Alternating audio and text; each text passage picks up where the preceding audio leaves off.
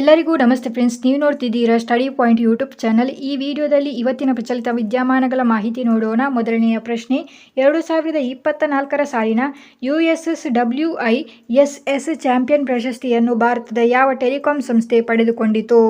ಸರಿಯಾದ ಉತ್ತರವು option B ಆಗಿರುತ್ತದೆ. CDOT ಸಂಸ್ಥೆಯು WISS ಚಾಂಪಿಯನ್ಸ್ ಪ್ರಶಸ್ತಿಯನ್ನು ಇಲ್ಲಿ ಪಡೆದುಕೊಂಡಿರುತ್ತದೆ. ಇದು US ವರ್ಲ್ಡ್ ಅವಾರ್ಡ್ ಆಗಿರುತ್ತದೆ. ಇಲ್ಲಿ WISS ಅಂದರೆ ಏನು ಅಂದರೆ ಮಾಹಿತಿ ಸಮಾಜದ ವಿಶ್ವ ಶೃಂಗಸಭೆ ಆಗಿರುತ್ತದೆ. ಇಲ್ಲಿ ಈ ಮಾಹಿತಿ ಸಮಾಜದ ವಿಶ್ವ ಶೃಂಗಸಭೆ +20 ಫೋರಂ ಹೈ ಲೆವೆಲ್ ಇವೆಂಟ್ ಅನ್ನು ಸ್ವಿಟ್ಜರ್ಲೆಂಡ್ನ ಜೆನೀವಾದಲ್ಲಿ ಆಯೋಜಿಸಲಾಯಿತು. ಈ ಸಂದರ್ಭದಲ್ಲಿ ಭಾರತ ಸರ್ಕಾರದ ಪ್ರಧಾನ ಟೆಲಿಕಾಂ ಸಂಶೋಧನೆ ಮತ್ತು ಅಭಿವೃದ್ಧಿ ಕೇಂದ್ರವಾದ centre for development of telematics CDOT ಸಂಸ್ಥೆಗೆ WISS +20 ಚಾಂಪಿಯನ್ ಅವಾರ್ಡ್ ಅನ್ನು ನೀಡಲಾಗಿರುತ್ತದೆ.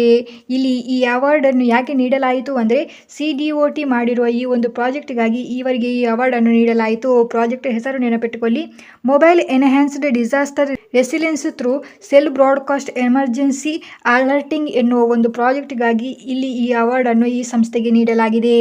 ಈ ಒಂದು ಪ್ರಾಜೆಕ್ಟ್ ಏನನ್ನು ತಿಳಿಸುತ್ತದೆ ಅಂದರೆ ಮೊಬೈಲ್ ಸೆಲ್ ಟವರ್ಗಳ ಮೂಲಕ ನಿರ್ದಿಷ್ಟ ಸ್ಥಳದಲ್ಲಿರುವ ಬಳಕೆದಾರರಿಗೆ ಮೊಬೈಲ್ ಆಪರೇಟರ್ ಮೂಲಕ ತುರ್ತು ಪರಿಸ್ಥಿತಿಗಳಲ್ಲಿ, ಅಂದರೆ ಅದು ಯಾವುದೇ ತುರ್ತು ಪರಿಸ್ಥಿತಿ ಆಗಿರಬಹುದು, ಚಂಡಮಾರುತಗಳು ಬರುವ ಸಂದರ್ಭದಲ್ಲಿ ಅಥವಾ ಭೂಕಂಪಗಳು ಆಗುವ ಸಂದರ್ಭದಲ್ಲಿ ಆಗ್ಬೋದು, ಅಥವಾ ಇನ್ನಿತರ ಯಾವುದೇ ತುರ್ತು ಸಂದರ್ಭದಲ್ಲಿ ಟೆಕ್ಸ್ಟ್ ಮುಖಾಂತರವಾಗಿ ಅಥವಾ ನಾವು ಮೆಸೇಜ್ ಮುಖಾಂತರವಾಗಿ ಅಂತ ಕೂಡ ಹೇಳಬಹುದು, ಅದರ ಮುಖಾಂತರವಾಗಿ ಒಬ್ಬ ವ್ಯಕ್ತಿಯನ್ನು ಸಂಪರ್ಕಿಸಬಹುದಾಗಿರುತ್ತದೆ. ಸೊ ಈ ಪ್ರಾಜೆಕ್ಟ್ ಇದನ್ನು ತಿಳಿಸುತ್ತದೆ. ಇದು ಒಂದು ಸಮಾಜಕ್ಕೆ ಮಾಹಿತಿ ನೀಡುವ ಒಂದು ಪ್ರಾಜೆಕ್ಟ್ ಆಗಿರುವುದರಿಂದ ಇದಕ್ಕೆ ಈ ಅವಾರ್ಡ್ ಅನ್ನು ನೀಡಲಾಗಿರುತ್ತದೆ. ಈ ಸಂಸ್ಥೆಗೆ ಈ ಅವಾರ್ಡ್ ಅನ್ನು ನೀಡಲಾಗಿದೆ. ಇಲ್ಲಿ ಈ WISS ಶೃಂಗಸಭೆಯ ಮೇನು ಉದ್ದೇಶ ಏನಾಗಿರುತ್ತದೆ ಅಂದರೆ ಎಲ್ಲರಿಗೂ ಪ್ರವೇಶಿಸಬಹುದಾದ ಮಾಹಿತಿ ಸಮಾಜವನ್ನು ನಿರ್ಮಿಸಲು ಮಾರ್ಗಸೂಚಿಯನ್ನು ರೂಪಿಸುವುದು ಈ WISS +20 ಫೋರಂನ ಮೇನು ಗುರಿಯಾಗಿರುತ್ತದೆ. ಸೊ ಈ ಮಾಹಿತಿ ನೆನಪಿಟ್ಟುಕೊಳ್ಳಿ, ಇದು ಇಂಪಾರ್ಟೆಂಟ್ ಆದ ಮಾಹಿತಿಯಾಗಿರುತ್ತದೆ. ಮುಂದಿನ ಪ್ರಶ್ನೆಯನ್ನು ನೋಡೋಣ.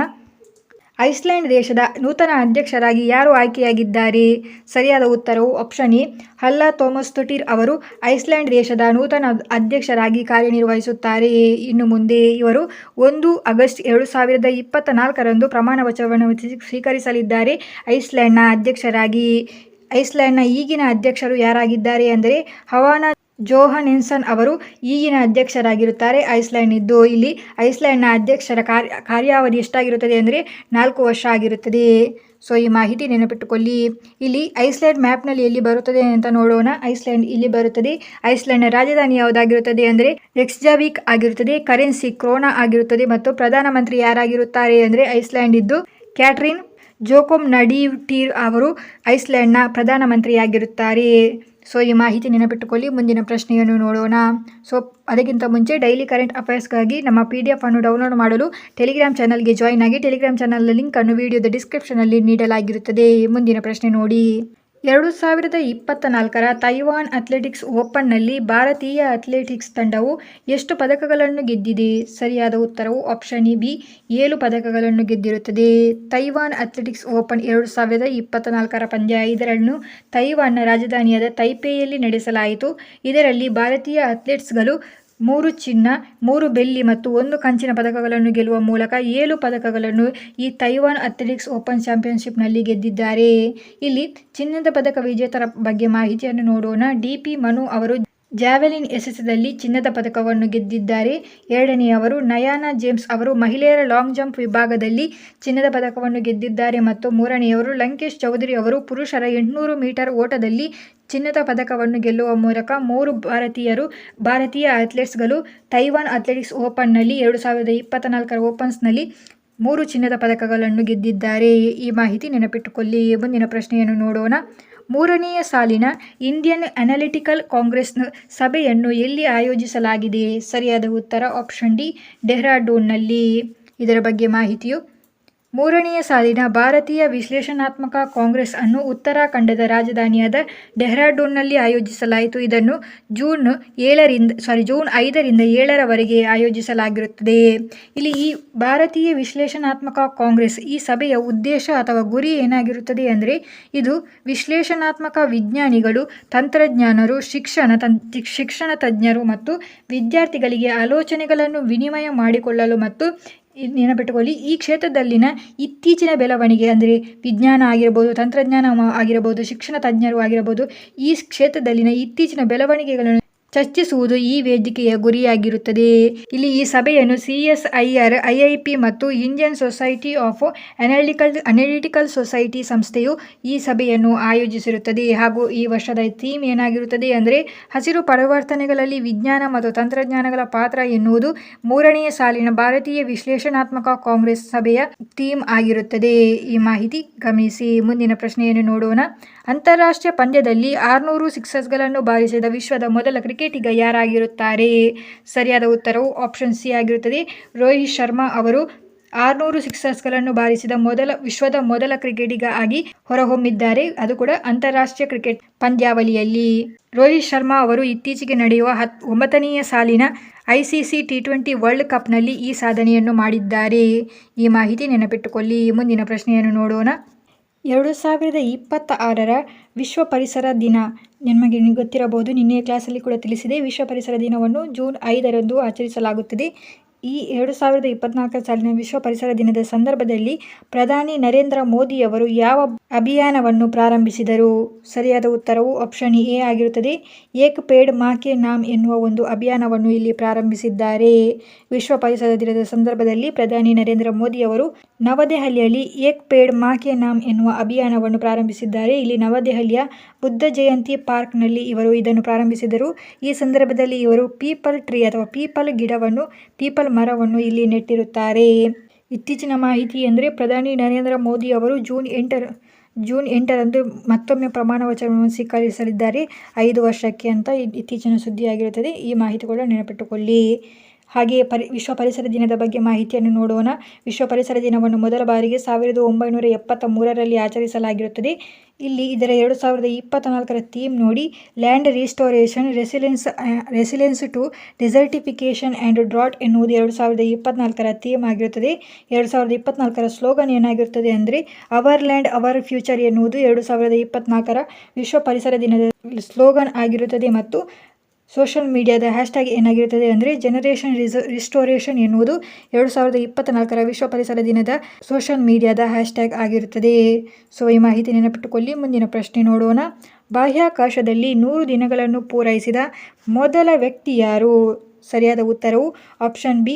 ಒಲೆಗ್ ಕೊನೆನೆಂಕೋ ಅವರು ಬಾಹ್ಯಾಕಾಶದಲ್ಲಿ 100 ದಿನಗಳನ್ನು ಪೂರೈಸಿದ ಮೊದಲ ವ್ಯಕ್ತಿಯಾಗಿರುತ್ತಾರೆ. ಇವರು ರಷ್ಯಾದ ಗಗನಯಾತ್ರಿಯಾಗಿರುತ್ತಾರೆ. ಒಲೆಗ್ ಕೊನೆನೆಂಕೋ ಅವರು 59 ವರ್ಷದ ಒಲೆಗ್ ಕೊನೆನೆಂಕೋ ಅವರು 100 ದಿನಗಳನ್ನು ಪೂರೈಸಿರುತ್ತಾರೆ ಬಾಹ್ಯಾಕಾಶದಲ್ಲಿ. ಇವರು ಒಂದೇ ಸೆಟ್ನಲ್ಲಿ ಇದನ್ನು ಪೂರೈಸಿದರಾ ಅಂತ ಕೇಳಿದರೆ ಅಲ್ಲ. ಇವರು 5ನೇ ಬಾರಿಗೆ ಬಾಹ್ಯಾಕಾಶಕ್ಕೆ ಪ್ರಯಾಣ ಮಾಡಿರುತ್ತಾರೆ.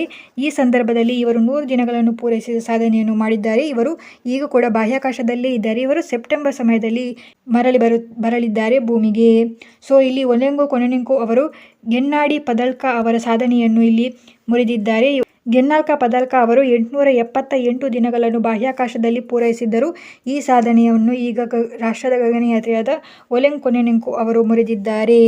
ಹಾಗೆಯೇ ಇತ್ತೀಚಿನ ಗಗನಯಾನದ ಬಗ್ಗೆ ಇನ್ನೊಂದು ಮಾಹಿತಿ.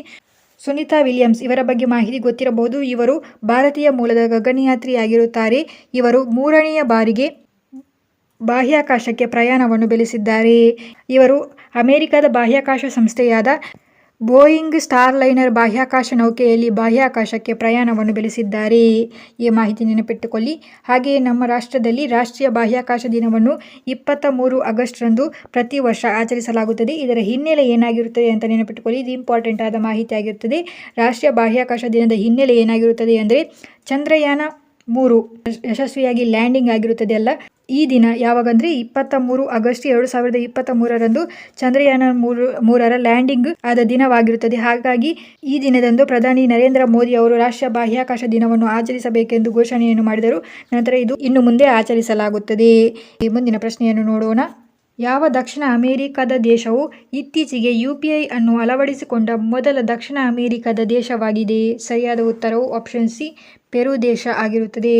National payments corporation of India NPCI ಪೆರುವಿನ ಸೆಂಟ್ರಲ್ ರಿಸರ್ವ್ ಬ್ಯಾಂಕ್ BPRP ನೊಂದಿಗೆ ಒಪ್ಪಂದವನ್ನು ಮಾಡಿಕೊಂಡಿದೆ. ಈ ಒಪ್ಪಂದದ ಪ್ರಕಾರವಾಗಿ NPCI national payments corporation of India UPI ನೊಂದಿಗೆ ಅಂದರೆ ಯುನೈಟೆಡ್ ಪೇಮೆಂಟ್ ಇಂಟರ್ಫೇಸ್ ಅನ್ನು ಪೆರುವಿನಲ್ಲಿ ಅಭಿವೃದ್ಧಿಪಡಿಸಲಿರುತ್ತದೆ. ಇದರಿಂದಾಗಿ ಏನಾಗಿರುತ್ತದೆ ಅಂದರೆ UPI ಮೂಲಕ ಪೆರುವಿನಲ್ಲಿ ದೇಶೀಯ ಮತ್ತು ಅಂತಾರಾಷ್ಟ್ರೀಯ ಪಾವತಿ ಜಾಲವನ್ನು ಸ್ಥಾಪಿಸಲಾಗುತ್ತದೆ. ಇಲ್ಲಿ UPI ಅನ್ನು ಭಾರತ ಸರ್ಕಾರವು 2016ರಲ್ಲಿ ಪ್ರಾರಂಭಿಸಿದ್ದು, ಈಗ UPI Singapore, Malaysia, UAE, France, Japan, Britain, Mauritius ಮತ್ತು ಶ್ರೀಲಂಕಾದಲ್ಲಿ ಸಕ್ರಿಯವಾಗಿದೆ. ಸೊ ಈ ಮಾಹಿತಿ ಗಮನಿಸಿ. ಮುಂದಿನ ಪ್ರಶ್ನೆಯನ್ನು ನೋಡೋಣ. ಯಾವ ರಾಜ್ಯವು ಪ್ರದೇಶದಲ್ಲಿ ಖಗೋಳ ಪ್ರವಾಸೋದ್ಯಮವನ್ನು ಉತ್ತೇಜಿಸಲು ಅಥವಾ ಆಸ್ಟ್ರೋ ಟೂರಿಸಮನ್ನು ಉತ್ತೇಜಿಸಲು 3 ದಿನಗಳ ನಕ್ಷತ್ರ ಸಭೆಯನ್ನು ಆಯೋಜಿಸಿತು? ಸರಿಯಾದ ಉತ್ತರವು ಆಪ್ಷನ್ ಬಿ, ಉತ್ತರಾಖಂಡದಲ್ಲಿ. ಉತ್ತರಾಖಂಡ ರಾಜ್ಯದಲ್ಲಿ ಪ್ರವಾಸೋದ್ಯಮವನ್ನು ಉತ್ತೇಜಿಸುವ ಸಲುವಾಗಿ ಉತ್ತರಾಖಂಡ ರಾಜ್ಯವು ಮನ್ಸೂರಿಯಲ್ಲಿ ನಕ್ಷತ್ರ ಸಭಾ ಎಂಬ ಹೆಸರಿನ ಮೊದಲ ರೀತಿಯ ಆಸ್ಟ್ರೋ ಟೂರಿಸಂ ಅನ್ನು ಆಯೋಜಿಸಿತು. ಇಲ್ಲಿ ಮನ್ಸೂರಿ ನಗರದಲ್ಲಿ ಅಂತ ನೆನಪಿಟ್ಟುಕೊಳ್ಳಿ. ಉತ್ತರಾಖಂಡದ ಮನ್ಸೂರಿ ನಗರದಲ್ಲಿ ಇದನ್ನು ಆಯೋಜಿಸಲಾಯಿತು. ಇದನ್ನು 1 ಮತ್ತು 2 ಜೂನ್ 2024ರವರೆಗೆ ಆಯೋಜಿಸಲಾಗಿರುತ್ತದೆ. ಇಲ್ಲಿ ಮನ್ಸೂರಿನಲ್ಲಿ ಬೆಟ್ಟಗಳ ರಾಣಿ ಎಂದು ಕರೆಯಲಾಗುವ ಜಾರ್ಜ್ ಎವರೆಸ್ಟ್ ಶಿಖರದಲ್ಲಿ ಇದನ್ನು ನಡೆಸಲಾಗಿರುತ್ತದೆ. ಈ ಆಸ್ಟ್ರೋ ಟೂರಿಸಂ ಪ್ರವಾಸೋದ್ಯಮವನ್ನು ಯಾರು ಆಯೋಜಿಸಿದ್ದು ಅಂದರೆ ಉತ್ತರಾಖಂಡ ಪ್ರವಾಸೋದ್ಯಮ ಅಭಿವೃದ್ಧಿ ಮಂಡಳಿಯು ಪ್ರಮುಖ ಖಾಸಗಿ ಖಗೋಳ ಪ್ರವಾಸೋದ್ಯಮ ಕಂಪನಿಯಾದ ಸ್ಟಾರ್ಸ್ಕೋಪ್ ಸಹಯೋಗದೊಂದಿಗೆ ಈ ಒಂದು ನಕ್ಷತ್ರ ಸಭಾವನ್ನು ಆಯೋಜಿಸುತ್ತದೆ. ಸೊ ಇದು ಇವತ್ತಿನ ಕರೆಂಟ್ ಅಫೇರ್ಸ್ ಆಗಿತ್ತು. Thank you.